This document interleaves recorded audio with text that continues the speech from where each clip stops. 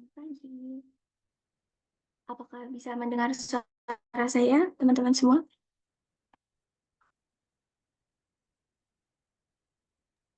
Bisa, Kak.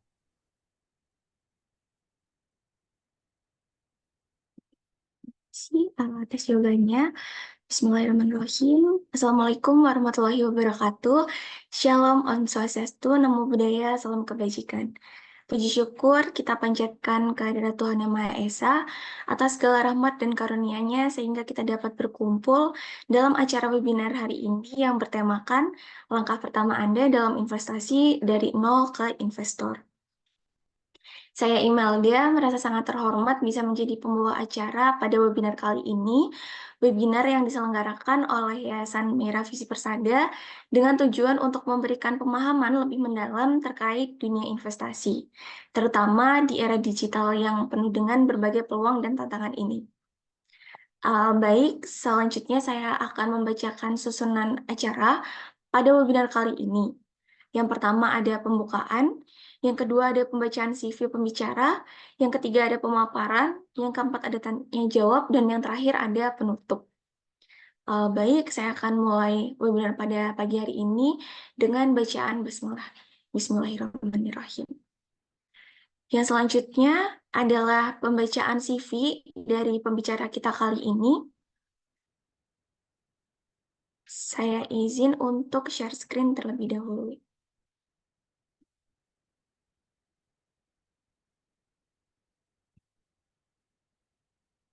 Baik, apakah share screen saya sudah terlihat?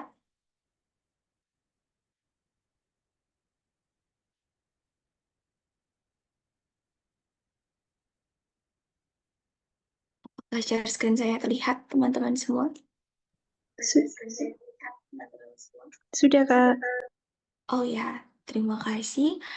Baik, ini adalah CV dari pembicara kita pada pagi hari ini, Bapak Sudiono. Bapak Sudiono ini telah menempuh pendidikan strata 1, sarjana ekonomi di manajemen keuangan Universitas Sanata Dharma Yogyakarta. Kemudian dilanjutkan dengan pendidikan strata 2, magister manajemen di manajemen pemasaran Universitas Sanata Dharma Yogyakarta. Kemudian Bapak Sudiono ini juga memiliki beberapa pengalaman seperti magang chef di Ina Garuda Yogyakarta pada tahun 2008, kemudian menjadi panitia KTT ASEAN pada tahun 2012, menjadi staf Kedutaan Besar Republik Indonesia untuk negara Kamboja pada tahun 2010 sampai dengan 2013, kemudian menjadi marketing dan mentor dari wisata Bukit Rema Magelang pada tahun 2017 sampai dengan sekarang, dan sekarang ini juga menjadi dosen di Universitas Ngudi Waluyo dari tahun 2022. Seperti ini CV atau data singkat dari pembicara kita pada pagi hari ini, yaitu Pak Sudiono. Kemudian dilanjutkan dengan acara yang selanjutnya, yaitu acara inti kita adalah pemaparan dari Bapak Sudiono. Untuk Bapak Sudiono, apakah sudah siap?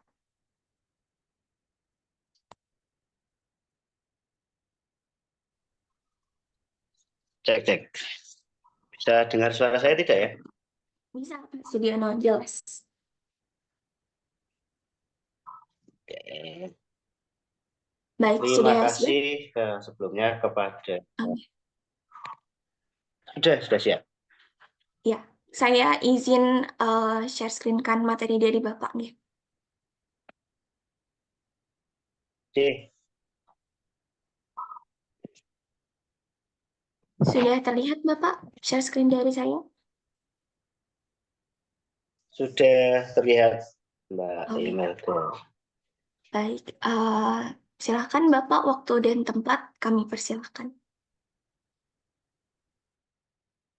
Oke, selamat pagi teman-teman semuanya, Bapak Ibu yang ada di Zoom pada pagi hari ini. Sebelumnya saya ucapkan Assalamualaikum warahmatullahi wabarakatuh. Salam sejahtera, Om Swastiastu, dan Namo Buddhaya untuk kita semua. Sebelumnya saya tidak lupa mengucapkan terima kasih pada Sang Pencipta bahwa hari ini kita diberi kesehatan, kita bisa berkumpul di sini di link Zoom dengan tema dari nol ke investor. Dan saya juga terima kasih kepada panitia yang mengundang saya untuk menjadi pembicara hari ini. Kita sharing-sharing di sini, teman-teman. Kita sharing investor atau investasi yang sebelumnya telah saya tekuni dari tahun 2013. Saya berinvestasi ini.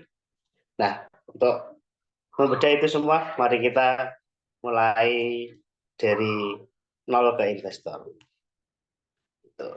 Oke, next Mbak Imelda untuk PPT-nya.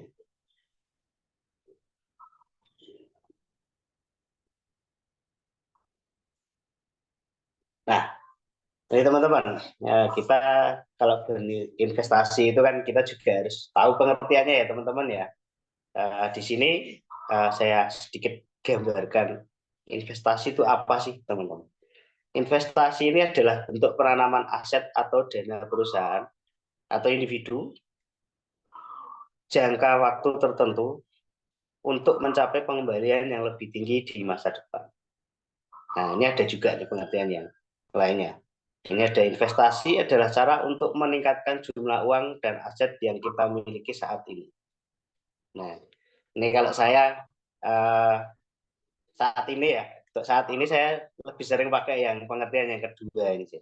Investasi adalah cara saya untuk meningkatkan jumlah uang atau keuangan saya, meningkatkan keuangan saya dan aset saya yang saat ini maksudnya sedang itu sedang diinvestasikan. Seperti itu. Oke, next Mbak Imelda.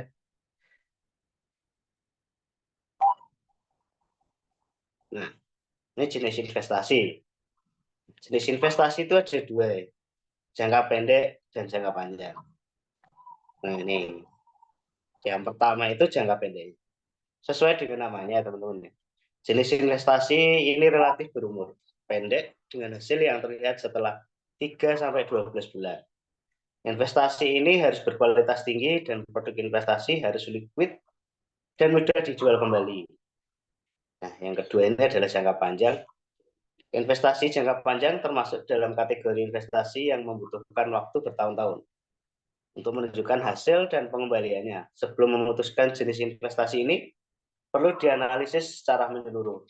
Tuh, jadi bedanya jangka pendek dan jangka panjang itu nanti tingkat pengembaliannya ya teman-teman ya. Tingkat pengembaliannya dan tingkat profitnya itu beda. Nanti akan dilanjutkan di bawah. Oke, next Mbak Imelda.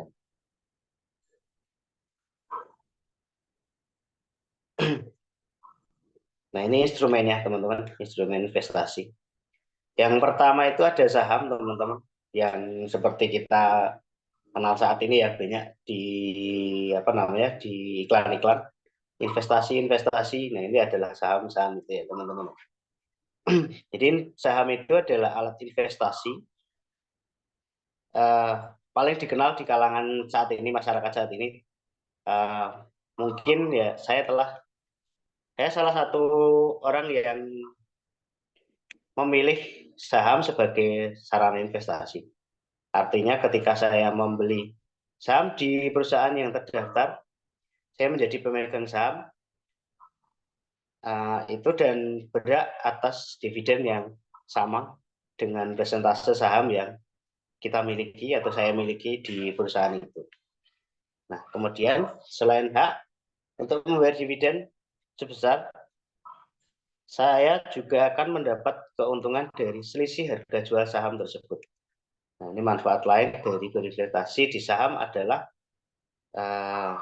mereka liquid dan mudah diperdagangkan. Oleh karena itu, jika harga saham naik, saya bisa mengalihkan saham tersebut kepada orang lain. Seperti itu. Oke, next dulu nanti.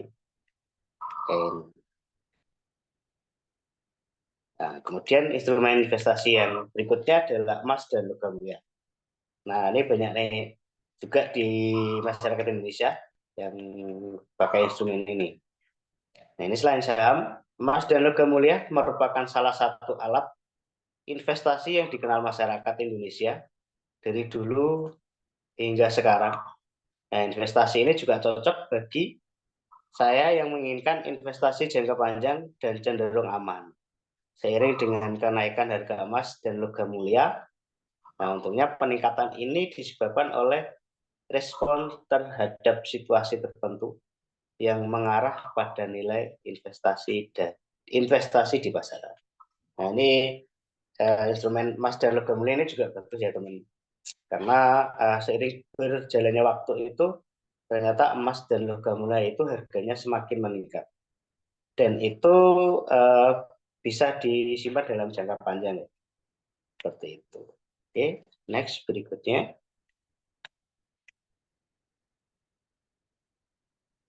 Nah, kemudian instrumen investasi berikutnya adalah obligasi.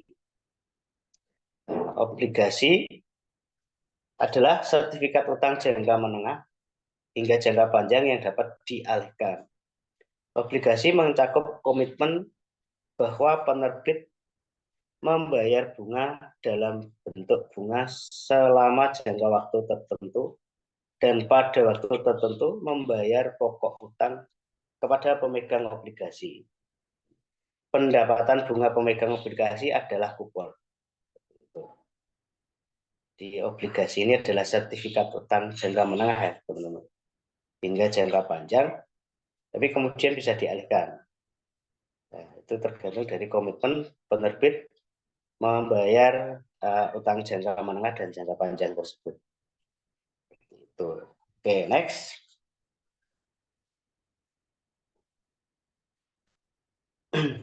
Instrumen investasi berikutnya adalah deposito. Metode investasi ini, deposito ini, berjangka dapat dilakukan di bank. Deposito berjangka ini memiliki bunga yang lebih tinggi dibandingkan dengan tabungan biasa. Selain itu, deposito berjangka memiliki tenggang waktu yang pasti. Nah, itu biasanya 3-12 bulan. Jika saya menarik dana sebelum batas waktu yang ditentukan, maka akan didenda oleh bank terkait. Semakin tinggi jumlah nominal yang saya masukkan sebagai deposit, semakin tinggi juga keuntungan saya. Maksudnya keuntungan yang saya terima. Jadi deposito ini biasanya ada surat perjanjiannya, itu ini adalah paling cepat itu adalah 3-12 bulan.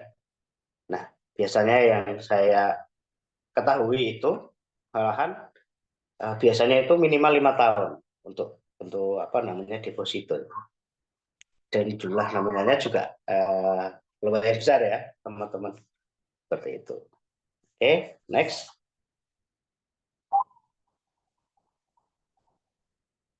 Kemudian instrumen yang berikutnya adalah reksadana.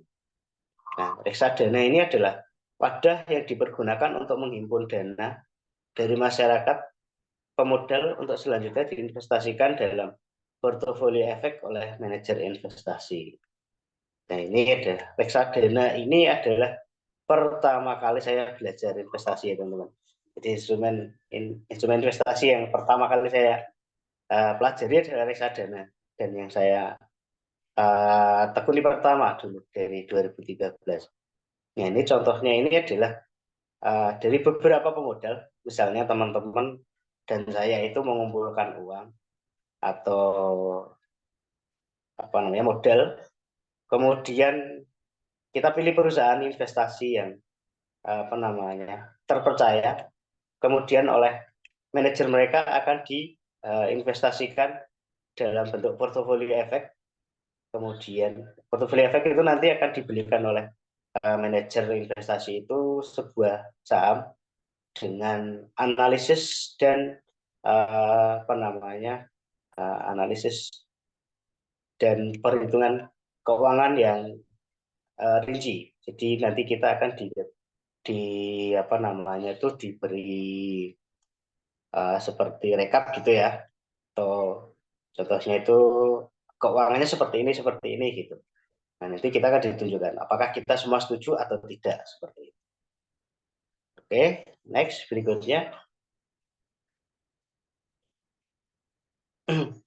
Nah, ini adalah manfaat investasi. Yang pertama itu adalah melawan inflasi. Inflasi terjadi setiap tahun dan nilai mata uang menurun tanpa investasi. Nilai uang saya akan tergerus setiap tahun. Oleh karena itu, penting untuk mencari investasi yang memiliki return lebih tinggi dari inflasi. Itu yang pertama. Yang kedua adalah menambah sumber pemasukan. Investasi secara tidak langsung memberikan sumber pendapatan tambahan. Ya. Oleh karena itu, disarankan untuk menyisihkan sebagian dari gaji saya, maksudnya untuk kita, untuk investasi bulanan saya agar gaji bulanan saya bekerja. Jadi bukan cuma kita yang kerja, tapi uang kita juga bisa kerja. Gitu. Oke, next berikutnya, manfaat investasi berikutnya. Nah, yang ketiga ini adalah mencapai tujuan finansial yang lebih cepat. Jadi jika saya bisa menabung hanya 1 juta rupiah per bulan, itu akan memakan waktu lebih dari 8 tahun. Namun jika saya berinvestasi dengan pengembalian tahunan rata-rata adalah 20%, saya dapat mencapai tujuan itu dalam waktu 6 tahun. Jadi bisa selisih 2 tahun gitu ya teman-teman. Kemudian berikutnya adalah memenuhi kebutuhan hidup di masa depan. Tantangannya yang banyak. Dengan banyak kebutuhan tak terduga di masa depan, sangat cocok untuk investasi guna memenuhi kebutuhan yang menunjang masa depan. Berinvestasi di masa sekarang bertujuan untuk mendukung dan mempertahankan kehidupan masa depan seiring dengan meningkatnya nilai. Nilainya itu maksudnya nilai kehidupan ya, kan semakin tahun kan nilainya semakin tinggi ya. Jadi kita harus, kalau saya harus berinvestasi dari sekarang untuk mencapai masa depan yang lebih baik lagi. Seperti itu. Oke, next berikutnya Mas.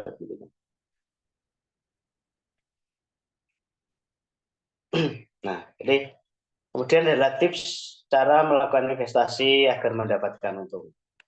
Yang pertama itu jelas ya, memiliki tujuan yang jelas. Itu pasti. Kita berinvestasi kan harus memiliki tujuan yang jelas. Jadi sasaran menentukan jenis investasi apa yang harus saya lakukan. Mulai dari kerangka, waktu, hingga jenis investasi dan tujuannya. Kemudian yang kedua, dapat menilai seberapa banyak modal yang bisa disiapkan. Tapi ini menjelaskan uang atau aset yang saya miliki saat ini. Saat ini saya bisa berinvestasi dengan modal kurang dari 100.000 misalnya. Jadi kita harus melihat nih, peluang apa yang bisa saya investasikan dengan modal saya yang kurang dari 100.000. Oke, kemudian next.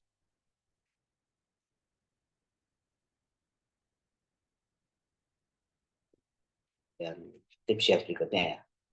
Pahamilah siapa regulatornya.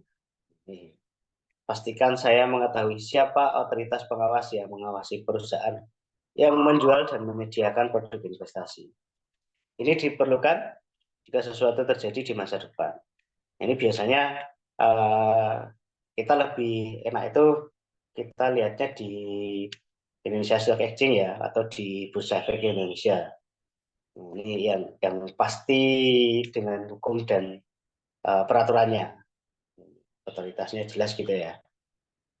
Kemudian yang kedua adalah bacalah ketentuan yang berkaitan dengan produk secara seksama. Aturan produk harus dibaca dengan cermat. Hal ini untuk memastikan bahwa konsumen memahami sepenuhnya hak dan kewajiban, manfaat, biaya, dan resiko yang terkait dengan produk. Kita harus baca ketentuan yang berkaitan dengan produk ini dengan seksama, itu maksudnya dengan teliti gitu ya. Ini melanggar aturan nggak sih? Ini bisa kena ini nggak sih? Gitu. Jadi kita harus cermat dalam memahami itu juga ya. Itu. Terus kemudian next dulu.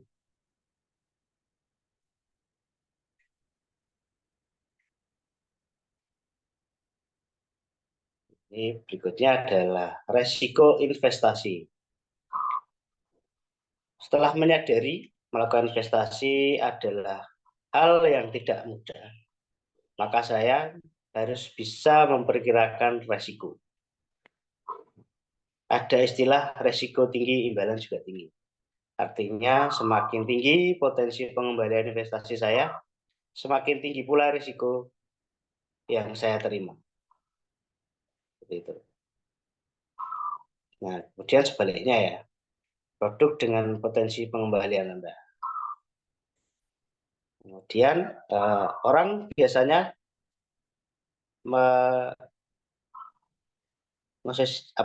mengasosiasikan deposito berjangka sebagai risiko rendah, pengembaliannya rendah, sebagai salah satu pilihan terakhir dalam spektrum sebab dana yang dikembangkan dalam deposito biasanya dijamin oleh lembaga penjamin simpanan LPS. Namun, deposito berjangka memiliki kelemahan yaitu memiliki imbal hasil yang relatif rendah dibandingkan dengan produk lainnya.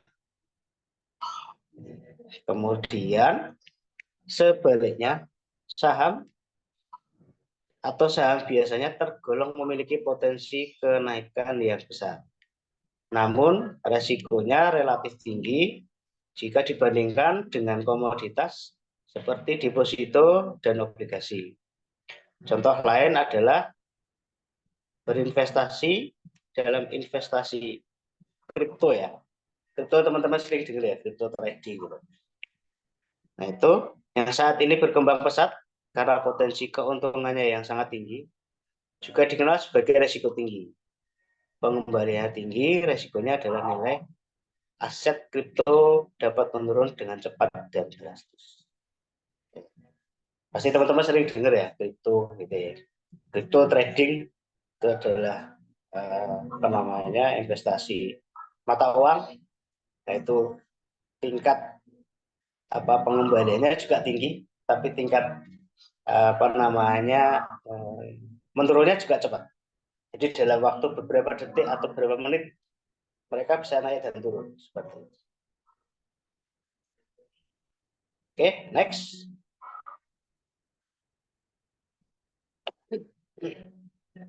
Nah, seperti itu teman-teman ya. Jadi penjelasan sedikit tentang pengertian investasi dan instrumen apa, manfaatnya apa, terus resikonya seperti apa. Seperti itu penjelasan sedikit, nanti kita bisa sharing bareng-bareng teman-teman atau apa yang mengganjal itu Mbak Ida.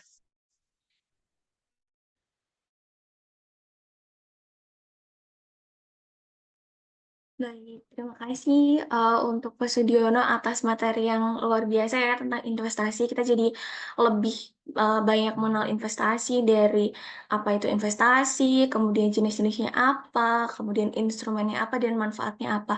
Bahkan sampai kemungkinan risiko yang terjadi untuk langkah atau awal dari kita memasuki dunia investasi seperti itu. Baik, jika dari teman-teman mungkin ada yang mau ditanyakan terkait investasi kepada Bapak Sudiono, silahkan. Bisa langsung raise hand atau boleh di kolom chat. Oke, ini udah ada pertanyaan dari Saudara Komang. Izin saya bacakan ya Bapak Sudiono. Halo, selamat pagi Pak. Terima kasih atas materi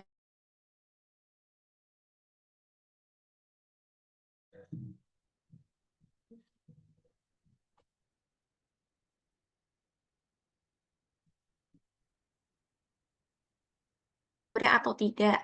Kan saat ini banyak aplikasi bodong yang berkedok aplikasi investasi dan ternyata tujuan aslinya adalah mencuri data seperti data KTP.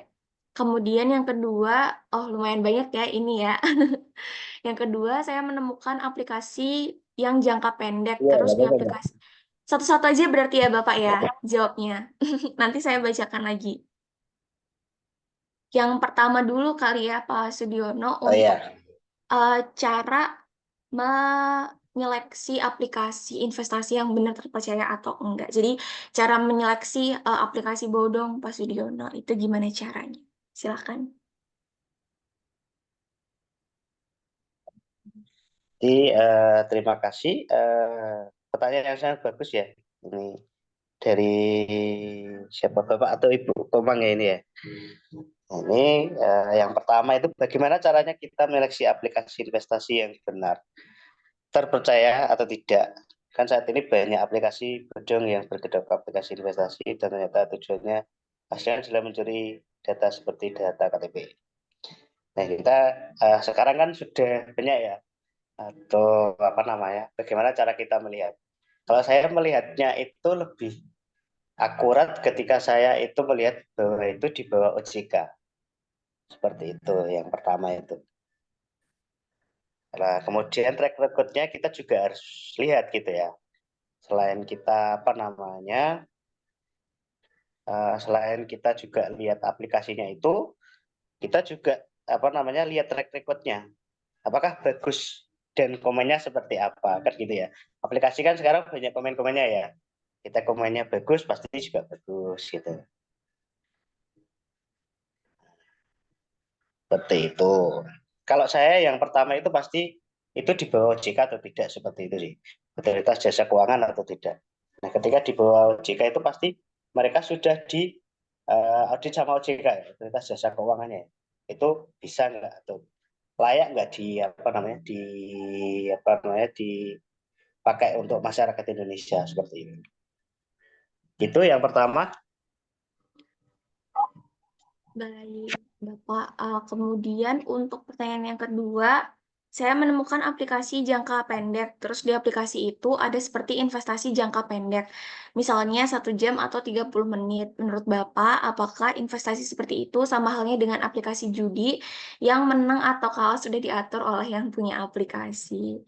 Gimana itu Pak Sudiano untuk em, membedakan apakah itu investasi apa judi-judi yang mungkin haram ya di eh, dalam Muslim atau mungkin di agama-agama lain juga melarang untuk aktivitas judi itu membedakannya gimana nih Pak Sudiono? Iya sih, betul. Jadi sekarang eh, kita itu banyak ter apa namanya terkena dengan sindrom gitu ya, sindrom apa namanya judi yang marak saat ini ya. Banyak sebenarnya. Saya sering baca apa namanya ya nak slot kayak gitu-gitu ya. Cuma pertanyaan yang kedua ini, investasi kan ada beberapa ini ya instrumennya ya, Bu ya, atau Bapak, di mana ada yang jangka pendek dan jangka panjang. Nah, jangka pendek itu tadi yang saya jelaskan di akhir tadi, sekarang ada cryptocurrency. Cryptocurrency ini sekarang marak di iklan-iklan ketika kita buka YouTube, ketika kita buka Instagram, kita buka Facebook gitu. Itu cryptocurrency. Dan itu adalah investasi jangka pendek ya. Itu dalam waktu 1 menit pun bisa profit. Karena itu apa namanya kita invest di mata uang gitu ya. Nah, itu kalau aplikasi-aplikasi yang apa namanya sering dipakai itu kan kita lihat dulu juga kan, kita apa namanya kita lihat apakah itu uh, legal atau tidak. Itu kan kita juga harus mengetahuinya ya teman-teman ya. Dimana saya juga dulu itu 2000 sekitar berapa ya 2016 lah, 16 akhir gitu. Saya pernah trading gitu. Sama profitnya juga tinggi, tapi resikonya juga tinggi. Saya pernah pakai apa namanya MetaTrader, Metafor itu. Sekarang sudah naik menjadi Meta 5. Nah, itu. Terus muncul lagi Olim Trade. Jadi teman-teman banyak banget ya cryptocurrency aplikasi. Nah, itu memang dengan apa namanya tingkat pengembalian yang sangat tinggi. Tapi kita juga analisnya harus benar-benar.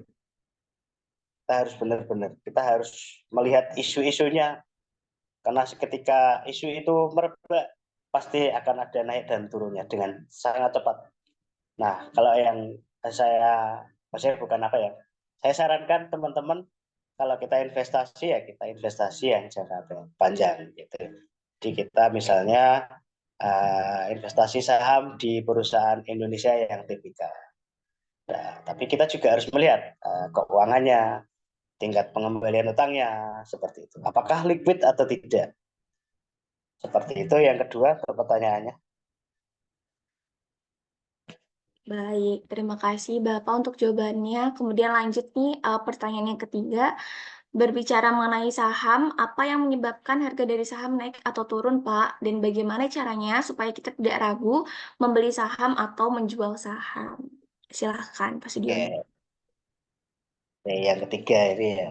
Yang ketiga ini kenapa bisa naik turun ya? Sama sih sebenarnya. Saya itu jualan juga naik dan turun. Jadi pendapatan itu kan naik dan turun. Misalnya saya itu jualan sayur ya. Saya jualan sayur itu ketika apa namanya, sayur sedang kritis gitu. Misalnya kritis itu ya bahan bakunya sulit dicari. Itu pasti harganya naik. Nah, nah ketika stoknya banyak itu akan turun. Jadi sama. Nah, investasi itu juga kita kan melihat dari perusahaannya. Nah, misalnya nih saya investasi di BCA.